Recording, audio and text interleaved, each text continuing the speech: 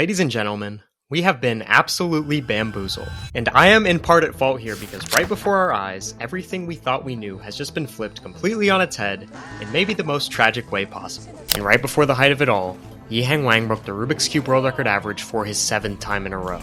And we all thought we knew everything. Yiheng's the clear favorite in the 2025 World Championship, he's probably the greatest 3x3 solver of all time at age 11, he holds the top 27 averages ever done officially. It just seemed like this was the pinnacle, the absolute peak of domination. Nobody was even close. Until today, because we have just witnessed something that has made things interesting quickly, to say the least. And of course, there's also something people aren't too happy with about this one, because it just wouldn't be a StuCube video without controversy about children. Going into December 15th, 2024, nobody had ever achieved a 4.6 second average, other than Yiheng Wang. Nobody else had reached 4.5 or 4.4, and beyond that, well, that was firmly secured as Yiheng's territory. It would take an actual miracle for anyone else to even come close to a low 4-second official average. Or would it? Well, not if you're the boogeyman of cubing. 7-year-old Xuanyi first came onto everyone's radar in 2023 because of this, doing something that was thought to be physically impossible.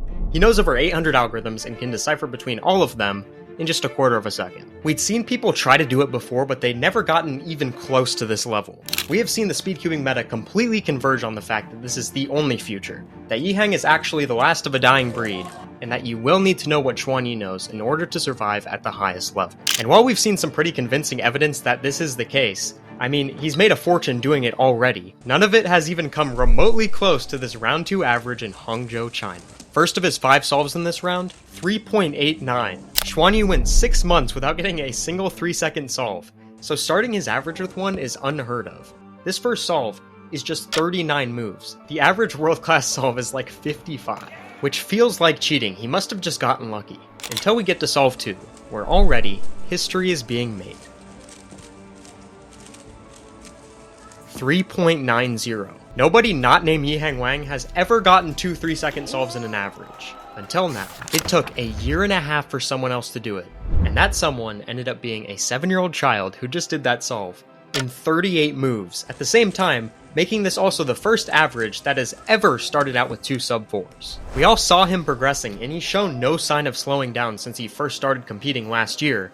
But for him to all of a sudden pull up and do this, not only does he have the fastest start to an average we've ever seen, but on solve 3, he starts the solve with pseudo-slotting, the most advanced technique you can possibly do at the beginning of the solve. And this was supposed to be his main weakness. The discussion around Xuanyi has always been that he's efficient toward the end of the solve, but he doesn't turn fast enough, and his F2L just isn't Yiheng level. Does that matter when you're somehow getting sub-40 move solutions? No. When Xuanyi is getting advantageous F2L solutions, his potential is absolutely through the roof, higher than maybe anyone else's in the world, because of his consistency at the end of the solve. Because he knows all 500 ZBLLs to solve the last layer in a far fewer amount of moves than Yiheng, it isn't just difficult, sometimes it's impossible for Yiheng to solve the cube faster than him. But then tragedy struck. He paused for what seemed like a century before solving the last pair in a super inefficient way and put himself still in great position to break his PR, but there's no doubt that this solve could have been at least a mid-4. With how the average of 5 system works, the fastest and slowest solves are removed, so the 3.90 is technically still the only solve that counts so far.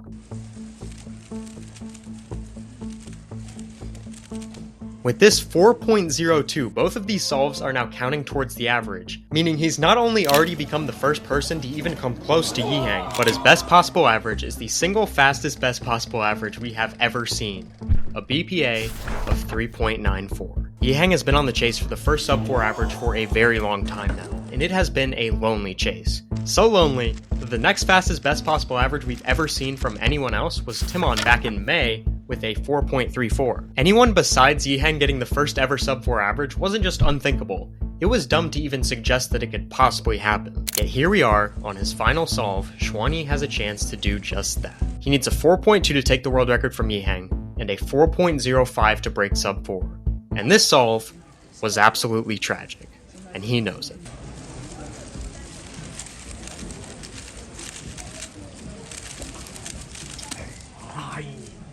Xuanyi might have just missed the biggest opportunity anyone has ever had on the final solve of an average. You see, he was on an insane pace when he reached the end of F12. It was around 2 seconds flat when he got to this. Usually, what Xuanyi does here is he solves the last pair while making a cross on top, and then he does a ZBLL to solve the rest of the cube. And in this solve, that's exactly what he did, but he used an algorithm I have never seen before which gave him this CBLL. This is a terrible case, it's 17 moves and pretty much impossible to get a good time with, but 11th in the world Claudio Concino Bruna pointed out that if he had simply used the standard alg that everyone else uses, he would have skipped OOL and gotten one of the best PLLs. It took him over 3 seconds to solve the cube from this position. If he had just done the standard alg into JPerm, this solve could have probably been sub 4, and we would literally be talking about someone not named Yihang Wang getting the first ever sub 4 average. Just yesterday, if you would have asked me what the odds are of that happening, I would have said 0. It was absolutely unthinkable to say that anyone else even had a chance. Everyone always says that the best possible average is a pretty silly metric because if you get a really fast time,